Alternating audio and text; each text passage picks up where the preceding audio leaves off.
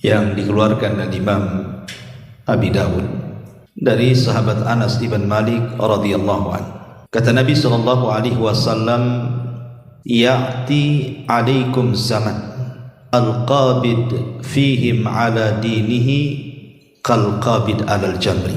Kata Nabi sallallahu alaihi wasallam, akan datang zamannya kepada kalian orang yang memegang teguh agamanya seperti memegang bara api. Hadis ini tentu bagian daripada alamatun nubuwah, tanda dari tanda-tanda kenabian.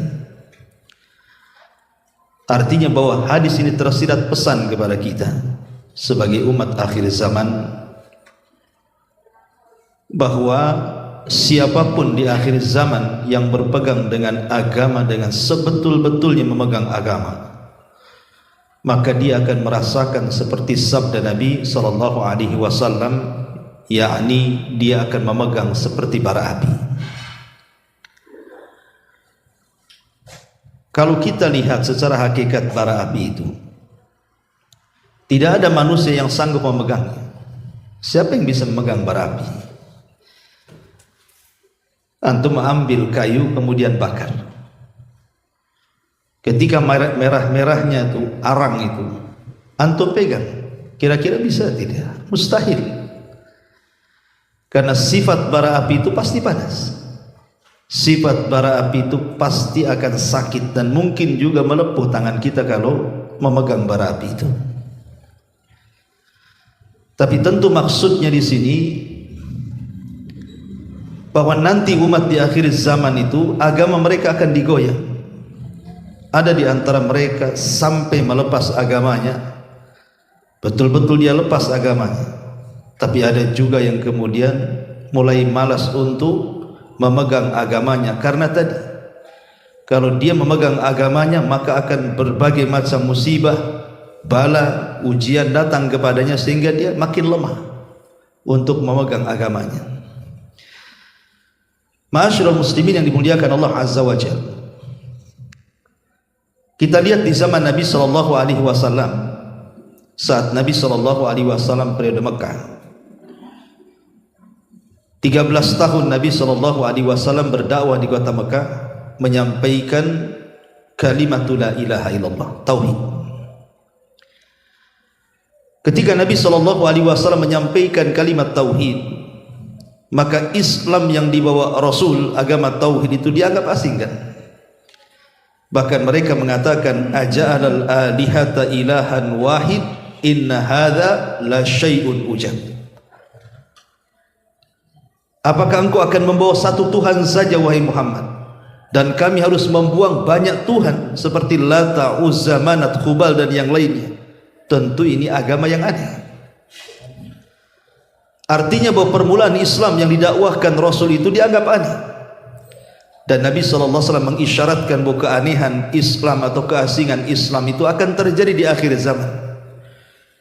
Makanya Nabi mengatakan, bada'al Islam ghariban wa sayaudu ghariba kama bada'a fatuba lil ghuraba. Kemunculan Islam di permulaan itu asing dan akan kembali asing, tapi beruntunglah orang-orang yang dianggap asing, kata Rasul. Kita lihat bahwa perjalanan dakwah Nabi sallallahu alaihi wasallam di permulaan dakwahnya, dan juga para sahabat Nabi sallallahu alaihi wasallam yang ikut memeluk agama yang hak kepada Nabi sallallahu alaihi wasallam, maka persis yang disabdakan Nabi sallallahu alaihi wasallam tadi, kal qabid alal jamri, seperti memegang bara api. Sebut saja Suhaib Ar-Rumi, Suhaib Ar-Rumi atau Suhaib ibn Sinan Ar-Rumi radhiyallahu anhu.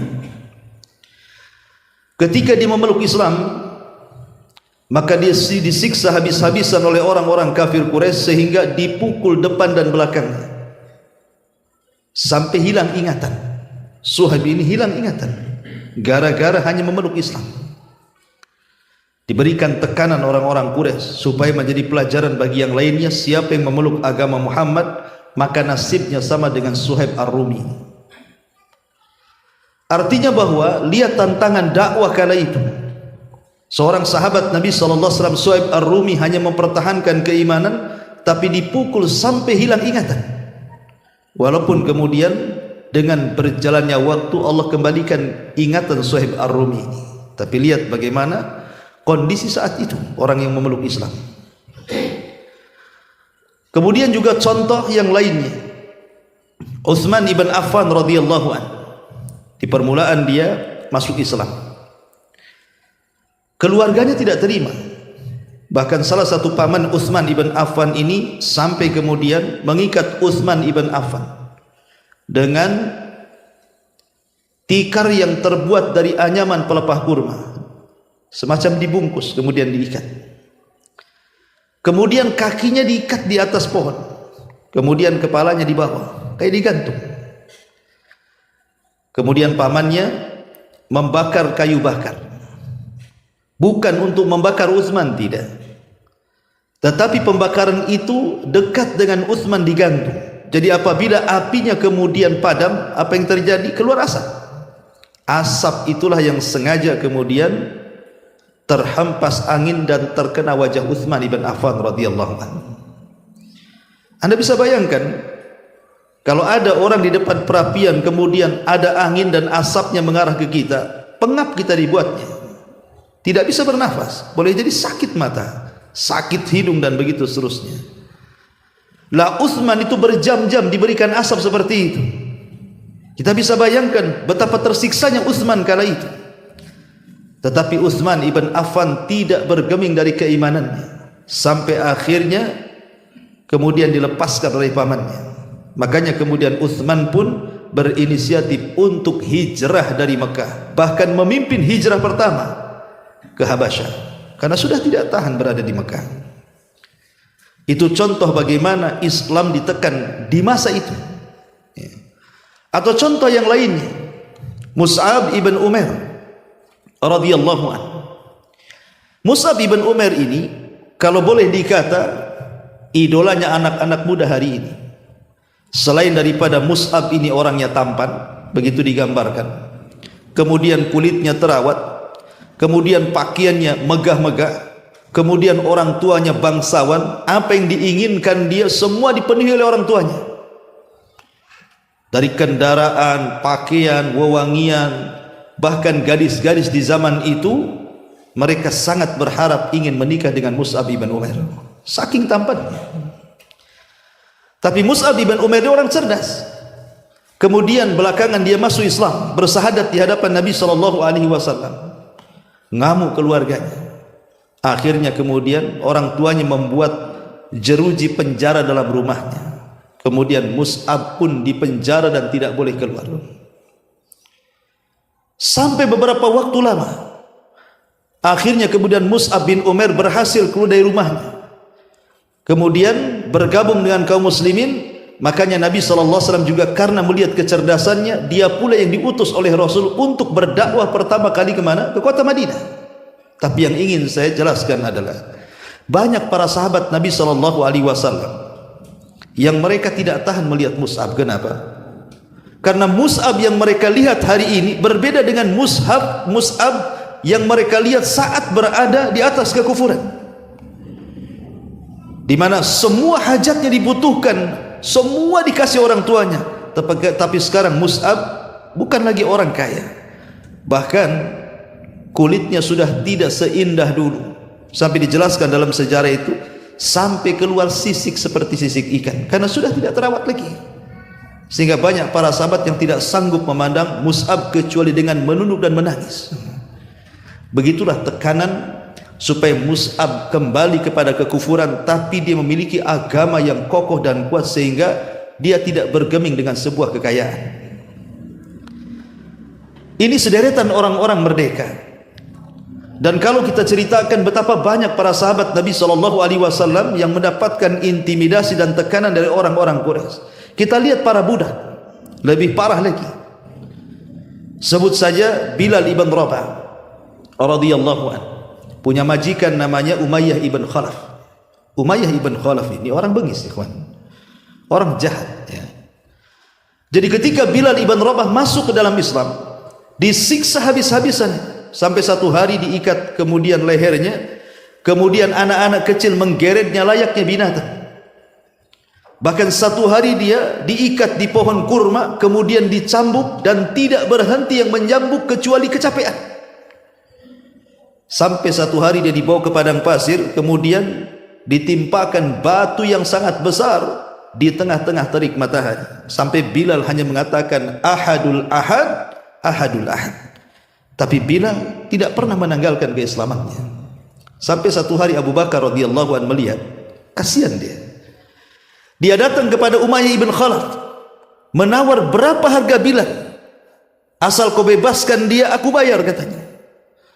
Subhanallah, Umayyah ibn Khalaf pun kemudian meminta bayaran yang sangat tinggi. Dalam riwayat 5 qirat, dalam riwayat 7 qirat emas. Itu bukan harta sedikit. Kalau seandainya membeli budak yang lain mungkin boleh bisa puluhan budak dia beli dengan harga segitu. Tapi demi membebaskan Bilal ibn Rabah, walaupun Abu Bakar harus mengeluarkan uang yang sangat besar, tetap ia lakukan. Akhirnya Bilal pun bebas. Makanya Umar bin Khattab radhiyallahu mengatakan, Abu Bakrin sayyidun a'taqa sayyidan. Abu Bakar itu seorang sayyid, pemimpin, dan dia telah memerdekakan seorang pemimpin juga, maksudnya Bilal ibn Rabah. Karena setelah peristiwa ini Nabi SAW sangat memuliakan Bilal dan dia menjadi pemimpin para muadzin sampai kiamat dibangkitkan. Bilal ibn Rabah. Kemudian siapa lagi? Sebut saja Khabbab ibn Arat. Khabbab ibn Arat radhiyallahu anhu. Khabbab ibn Arat ini, ikhwan, majikannya seorang pandai besi, pemilik usaha pandai besi. Anda bisa bayangkan namanya pandai besi, isinya hanya besi dengan api saja. Itulah pandai besi.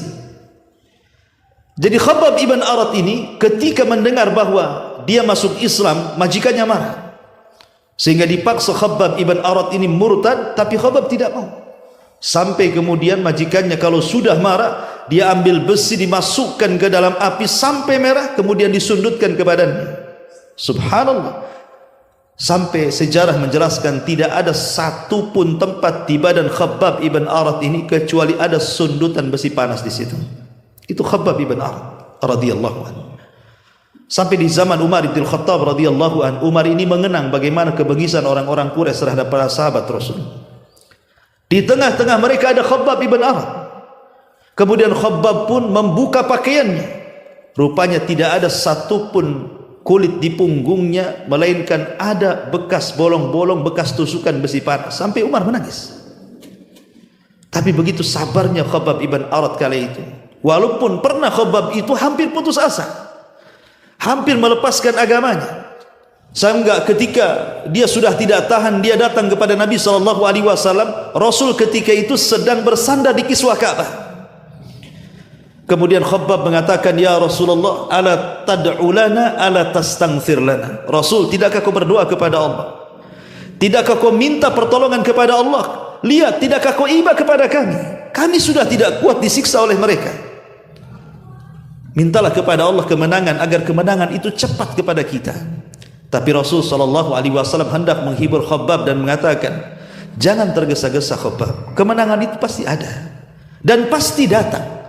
Nanti kalau kemenangan itu datang, orang-orang yang berjalan dari Sod'a ke Hadral Maut tidak takut kecuali kepada Allah Subhanahu wa ta'ala. Kemudian Rasul mengatakan, ya Khabbab, dulu kata Rasul, ada orang yang dikubur hidup-hidup tapi tidak meninggalkan agamanya. Ada yang disisir dengan sisir besi sehingga terkelupas dari daging dan tulangnya pun tidak menanggalkan agamanya. Bahkan ada yang digergaji sehingga belah tubuhnya menjadi dua, kemudian mati syahid dan tidak pula meninggalkan agama mereka. Ya Khabbab, jangan tergesa-gesa, kata Rasul. Setelah mendapatkan penjelasan Rasul, maka Khabbab semakin mantap lagi untuk memeluk Islam. Itulah Khabbab ibn Arat. Yang lebih daripada itu mungkin keluarga Ammar ibn Yasir. Ammar ibn Yasir ini adalah budak daripada Abu Jahal, Fir'aunnya umat ini. Ketika kemudian Ammar ini memeluk Islam, kemudian Islamnya ditularkan kepada ayah dan ibunya Sumayyah dan juga Yasir, dan ketahuan Abu Jahal, ditangkap tiga-tiganya. Kemudian yang dihadapkan pertama adalah Sumayyah, ibunda daripada Ammar. Kemudian dipaksa untuk murtad tapi tidak mau dan tetap kokoh dengan akidah Islamnya. Marah Abu Jahal, diambilnya tombak, dimasukkan ke kemaluannya sampai menembus dadanya. Kemudian dia pun mati syahid, dan itulah manusia yang mati syahid pertama dalam Islam, seorang wanita yang bernama Sumayyah, ibunda daripada Ammar ibn Yasir. Kemudian setelah Sumayyah mati syahidah, maka Abu Jahal kemudian melihat suaminya Yasir dibantai juga sampai mati. Sekarang tinggal anak kecil namanya Ammar. Abu Jahal mengatakan, "Ya Ammar, apakah kau akan menyusul kedua orang tuamu? Kalau engkau ingin bebas, lakukan dua perkara. Satu, caci maki Muhammad itu sesuka hatimu. Atau yang kedua, pujilah berhala-berhala kami, Lata, Uzza, Manat, Khubal, dan begitu seterusnya." Pada awalnya Ammar ibn Yasir tak mau, tapi karena dia sudah tidak tahan dengan siksaan Abu Jahal, terpaksa pula dia akhirnya menuruti perkataan Abu Jahal. Sebagaimana janji Abu Jahal, kalau dia mau mencaci maki Rasul atau memuji-muji berhala-berhalanya akan dibebaskan. Setelah kemudian itu dilakukan, Abu Jahal pun membebaskan Ammar ibn Yasir ini. Dengan sedih hati dan menangis, Ammar ini datang kepada Nabi SAW menceritakan. Tetapi Nabi SAW mengatakan, "Ya Ammar, kalau mereka menyuruh engkau untuk mencaci maki diriku, tambahlah cacian itu." Karena ketika itu turun surah An-Nahl, "Illa man ukriha wa qalbuhu mutmainnun bil iman." Tidak mengapa orang mengeluarkan kata-kata kufur kalau dalam kondisi terpaksa dan dipaksa, tapi hatinya penuh dengan keimanan. Tapi lihat bagaimana keluarga Ammar ibn Yasir, ini keluarga pertama yang mati syahid, ikhwan. Ini bagian kecil, belum lagi budak-budak wanita seperti An-Nahdiyah, kemudian Zunairah, dan banyak lagi. Kalau kita membuka sejarah orang-orang yang disiksa orang-orang Quraisy ini, luar biasa, teramat sangat banyak. Karena hampir secara keseluruhan para sahabat-sahabat, terutama yang lemah-lemah, maka mereka tidak lepas daripada tekanan ataupun intimidasi, bahkan sampai adab fisik dari orang-orang kafir kepada mereka. Dan ini tidak heran, sebelum mereka sudah ada. Lihat Ashabul Ukhdud yang disebutkan dalam surah Al-Buruj. "Wa ma naqamu minhum illa an yu'minu billahil azizil hamid." Tidaklah mereka diazab oleh musuh-musuhnya kecuali hanya mengucapkan kalimat Rabbunallah, Rabb kami Allah. Lah dari sini kita tahu bahwa itulah kondisi Islam di permulaan. Banyak tekanan, banyak intimidasi, bahkan sampai kepada penyiksaan, bukan hanya ideologi, sampai kepada fisik. Lah Nabi SAW mengatakan di hadis yang tadi saya sebut di awal, bahwa kondisi Islam itu akan seperti itu di akhir zaman. Bagaimana dulu para sahabat Rasul memegang Islam itu kan seperti memegang bara api, kan begitu. Kalau mereka pegang dengan betul-betul memegang, lihat akibatnya, disiksa. Makanya banyak para sahabat yang kemudian hijrah ke Habasyah 2 kali. Dan ketika kemudian diizinkan hijrah ke Madinah, semua sahabat hijrah ke Madinah. Kenapa? Karena mereka ingin menghindari permusuhan-permusuhan yang sengit yang dilancarkan orang-orang Quraisy kepada para sahabat Nabi SAW.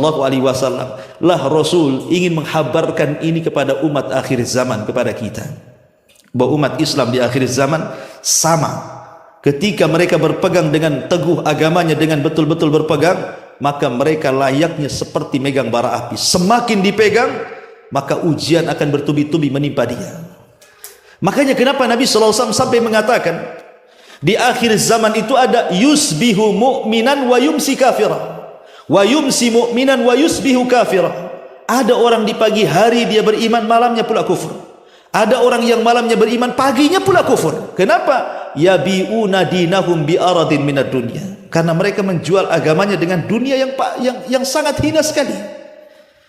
Gara-gara pernikahan orang bisa murtad, gara-gara ekonomi orang bisa murtad, gara-gara politik orang bisa murtad. Jadi sekarang ini kalau kita lihat bahwa begitu rapuhnya umat Islam di akhir zaman itu, kenapa? Karena tadi Nabi SAW menghabarkan banyak habar kepada kita bahwa umat Islam semakin jauh dari Nabi SAW itu bukan semakin kuat, tapi semakin lemah. Satu hadis Nabi SAW yang dikeluarkan Imam Tirmidzi dari sahabat Thauban kalau tidak salah. Maula Nabi sallallahu alaihi wasallam. Kata Nabi sallallahu alaihi wasallam, yushiku an tadaa alaikum kama tatada'a al-akalatu ila qas'atiha. Hampir-hampir kalian dikepung oleh musuh-musuh kalian seperti orang lapar yang mengerubungi satu nampan yang penuh dengan makanan. Sahabat bertanya kepada Nabi sallallahu alaihi wasallam, "Ya Rasulullah, amin qillatin nahnu yauma idzin?" Rasul, apakah memang jumlah kami sedikit kala itu sehingga musuh-musuh kita mengepung kita dari berbagai macam arah? Kata Nabi sallallahu alaihi wasallam, "Bal antum yauma idzin katsirun." Bahkan kalian pada hari itu mayoritas, bukan minoritas.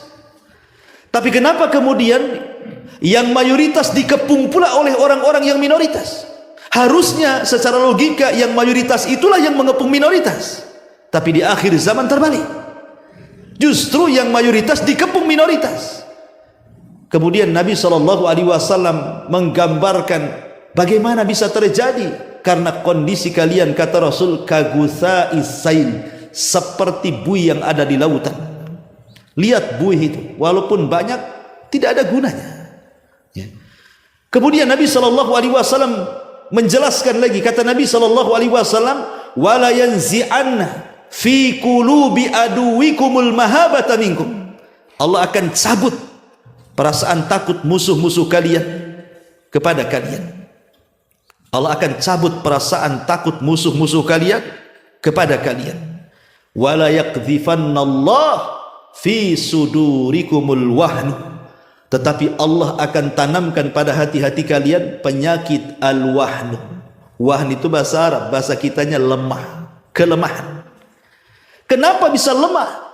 Kemudian Rasul memberikan alasan, karena kalian hubbud dunya wa karahiyatul maut. Terlampau cinta dengan dunia yang berakibat dengan takut akan kematian. Disitulah kelemahan kalian. Lemah dengan dua perkara ini menjadi lemah agama kalian, iman kalian lemah, kata Rasul. Dulu ikhwan, dulu di zaman Nabi SAW, kenapa Islam selalu menang dalam setiap peperangan? Karena di mata para sahabat Nabi SAW, ketika mereka sudah keluar berjihad, kalau bisa mereka tidak pulang lagi, alias mati syahid. Itulah kunci kemenangan yang dikatakan Khalid ibn Walid ketika berdialog dengan orang-orang Romawi. Apa kata Khalid? Nahnu qaumun nuhibbul mauta kama tuhibbul hayat. Kami ini sebuah kaum yang cinta dengan kematian sebagaimana kalian cinta dengan kehidupan. Kalau ada sebuah pasukan niat mereka ingin mati dan tidak ingin hidup, niat mereka ingin masuk ke dalam jihad dan tidak ingin kembali, siapa yang akan melawan orang-orang yang siap mati? Tidak ada yang bisa melawan. Orang ini siap mati semua. Sementara orang-orang kafir itu tidak siap dengan kematian. Mereka ingin hidup. Makanya dalam setiap peperangan di zaman itu hampir tidak terkalahkan. Tidak terkalahkan kaum muslimin apabila perang. Kenapa? Karena jiwa raga mereka sudah diserahkan kepada Allah. Mereka sudah cinta dengan syahid dan kematian. Karena di saat itu kecintaan dunia tidak ada. Yang ada kecintaan kepada akhirat. Dan takut mati tidak ada. Yang ada ingin mati. Ketika hati mereka terpaut dengan akhirat, sehingga mereka ingin mati syahid dan ingin cepat kembali menghadap Allah Subhanahu wa taala, itulah modal yang paling besar kemenangan Islam di zaman itu. Makanya kemudian Islam itu tidak pernah lemah di zaman itu, kuat. Kenapa? Karena dua perkara ini tidak ada, cinta dunia dan takut mati. Tapi Nabi SAW mengatakan umat di akhir zaman akan berhadapan dengan musuh yang sudah tidak punya rasa takut dengan kalian. Jadi musuh-musuh Islam itu sudah nggak takut dengan umat Islam lagi. Kenapa? Karena umat Islam sudah tidak seperti umat Islam dahulu, yang mereka ingin berhubungan dengan Allah, ingin mati kalau bisa perang nggak kembali. Sekarang tidak ada lagi. Yang ada hanya kelemahan, dicintakan dengan dunia dan takut kematian. Makanya musuh-musuh itu akan mudah mengepung kalian dari berbagai macam arah. Itulah nasib Islam di akhir zaman, kata Rasul. Walaupun mereka banyak, tetapi kondisi mereka seperti buih, tidak berguna. Ma'asyiral muslimin yang dimuliakan Allah Subhanahu wa taala. Kalau sebut saja hubbud dunia, cinta dunia, yang terbayang pada kita kalau sudah cerita dunia apa? Harta. Apalagi? Kalau kita cerita dunia, pasti yang terbayang pertama adalah harta. Pengen punya rumah bagus, pengen punya kendaraan mewah, pengen punya tanah luas, pengen punya uang banyak, pengen punya usaha yang maju. Itulah dunia. Ya. Sebenarnya dunia itu tidak dilarang untuk mengambilnya. Tidak ada masalah kita ini mencari dunia. Seperti antum yang rumahnya jauh, kemudian datang ke pengajian ini, antum punya rumah, punya mobil gitu. Mendingan mana, jalan kaki ke sini atau naik mobil? Ya naik mobil lah, tidak mungkin jalan kaki. Apalagi dari Batam Center ke sini, apa nggak pengkor? Ya. Artinya kan boleh kita pakai mobil ke pengajian, pakai motor ke pengajian, naik taksi ke pengajian, daripada jalan kaki sampai sini udah buyar pengajian. Dunia ini boleh hanya untuk melengkapi hidup saja. Selama dunia ini hanya untuk melengkapi hidup, untuk perjalanan kita ke akhirat, tidak tercela dunia ini. Dunia ini menjadi tercela ketika kemudian tidak diletakkan di tangan, tetapi diletakkan dalam hati. Kalau mobil sudah diletakkan di hati, rumah diletakkan di hati, uang diletakkan di hati, tanah-tanah yang luas antum beli diletakkan di hati, itulah yang dicela dalam Islam. Karena ketika kemudian dunia itu diletakkan di hati, maka dia akan berangan-angan kalau bisa jangan cepat mati. Kalau bisa 100 tahun lagi lah, best lah usianya. Kalau bisa sampai 200 tahun, bagus, jangan mati dulu kan gitu. Kenapa? Masa saya baru sukses dari muda, sudah tua, sekarang sudah kaya, masa saya mati? Kan itu. Kalau bisa ditambah lagi umurnya kan begitu. Itu kalau cinta dunia sudah masuk ke dalam hati seperti itu, dia tidak akan ingin mati. Kalau bisa ingin panjang usianya. Itulah yang dikatakan Rasul, hubbud dunya wa karahiyatul maut. Kalau orang sudah cinta dunia, pasti tidak mau mati. Gimana mau mati? Ya, capek dari pagi, siang, sore, dari remaja, dewasa sampai tua, sudah punya segalanya, tiba-tiba ditinggal begitu saja kan gitu. Secara logika kan rugi. Tetapi itu pula yang menjadikan kelemahan kita di hadapan musuh-musuh kita. Ma'asyiral muslimin yang dimuliakan Allah Azza wa Jalla. Kalau kita lihat asli Islam di akhir zaman ini, ikhwan, terkadang kita tidak sadar. Kita boleh jadi mungkin mengaji seperti ini hampir mungkin seminggu 2 kali, atau di antara antum ada yang mungkin seminggu tiap hari ngaji ke sana kemari. Ya. Bukan tidak bagus-bagus. Ini bisa menambah pengetahuan dan bisa kita amalkan. Ya. Tapi terkadang ada yang melupakan kita. Kita ini tidak dituntut hanya sekedar menjadi orang soleh saja, tetapi dituntut juga menjadi orang muslih.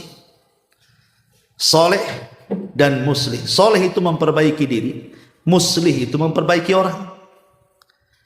Kalau soleh saja, antum tidak akan diganggu siapa-siapa. Coba antum sholat, ya untuk sendiri, puasa untuk sendiri, ngaji untuk sendiri, baca Quran untuk sendiri, zikir untuk sendiri. Siapa yang ganggu antum? Nggak ada. Antum gak akan diganggu, coba aja. Tapi kalau antum sudah mulai muslih, menasihati orang, tetangga tak sholat antum tegur, kenapa kau tak sholat? Tetangga mabuk antum tegur, ketika tetangga menyelisih sunnah antum tegur, ketika tetangga melakukan kesyirikan antum nasihati. Di situ muncul permusuhan. Kalau kita sholat dalam rumah, puasa dalam rumah sendirian, nggak ada yang ganggu.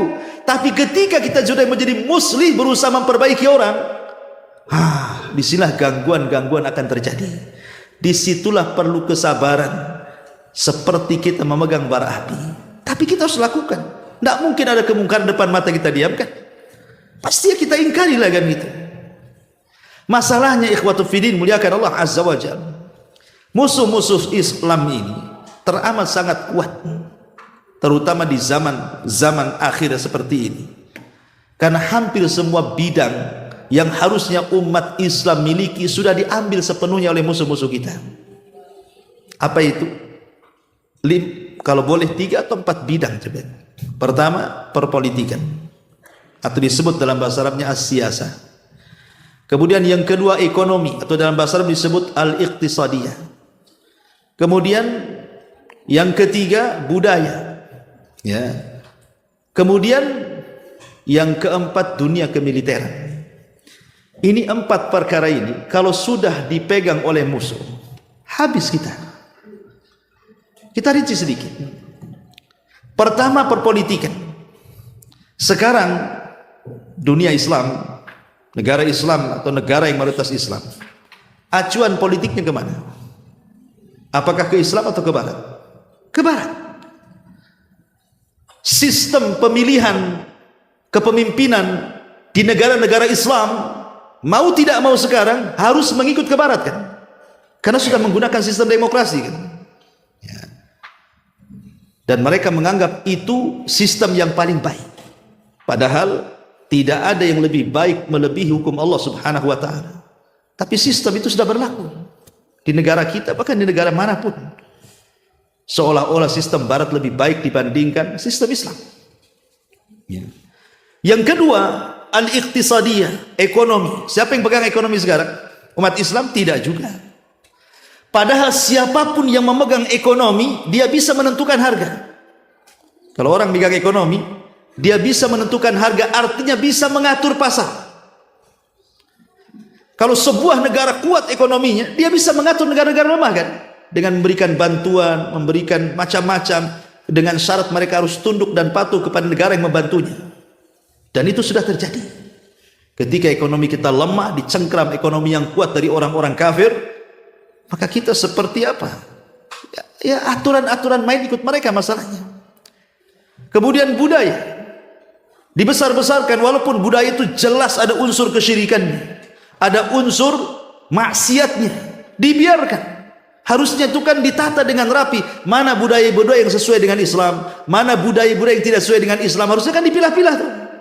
Tapi tidak diangkat tinggi-tinggi. Walaupun dalam budaya itu ada kesyirikan, ada bid'ah, ada maksiat dan macam-macam. Kemudian dunia kemiliteran. Dulu Barat itu di masa kegelapan, mereka belajar kepada umat Islam yang ada di Andalusia. Mereka belajar kepada umat Islam yang ada di Turki Utsmani. Mereka belajar kepada umat Islam yang ada di Baghdad. Itu orang-orang Amerika dulu, zaman kegelapan. Tapi setelah kemudian mereka cerdas, belajar kepada umat Islam, mereka balik ke negaranya, maka mereka coba kemudian mengamalkan ilmu mereka dengan mengembangkan pengetahuan, dan akhirnya kita lihat Barat itu, mereka sanggup menciptakan berbagai macam senjata yang umat Islam tidak punya. Umat Islam hanya bisa membeli kan sekarang, bukan membuat, membeli. Ya. Apapun yang mereka jual dengan harga apapun pasti dibeli, karena kita tidak seperti mereka. Artinya sudah terbalik-balik gitu dunia. Ya. Lah dari 4 unsur ini saja, disinilah letak lemahnya umat Islam. Kalau perpolitikan dipegang oleh orang-orang mereka, kemudian ekonomi dipegang oleh mereka, budaya dipegang oleh mereka, kemudian kemiliteran juga dipegang oleh mereka, lalu apa yang tersisa bagi kita? Tidak ada. Ya, kita menjadi lemah. Lebih daripada itu, orang-orang kafir itu, kenapa mereka berusaha untuk menghancurkan Islam secara halus? Tadi saya katakan, kalau mau perang dengan umat Islam, boleh jadi mereka akan menemukan umat Islam itu umat yang berani mati, yang kalau dia tidak ingin kembali, dan itu sukar untuk dilawan, sehingga mereka kemudian menghancurkan Islam secara halus. Dengan cara apa? Satu, ifsadul akhlak. Bagaimana merusak akhlak Islam ini? Bagaimana dirusak akhlaknya? Coba bayangkan, dirusak akhlaknya. Kalau orang-orang Yahudi ataupun Nasrani, kita katakan sudah lama rusak akhlaknya. Kenapa? Karena kitab-kitab rujukan mereka, Taurat dan Injil, memang sudah dirubah oleh tangan-tangan mereka. Sudah bukan firman Allah lagi, bahkan sudah tercampur dengan firman-firman manusia kan, ucapan-ucapan manusia, sudah tidak asli lagi. Sehingga akhlaknya Yahudi Nasrani itu sudah lama kacau, karena kitab rujukannya pun sudah tidak asli lagi, sudah tidak lagi, keotentikannya sudah nggak ada gitu ya.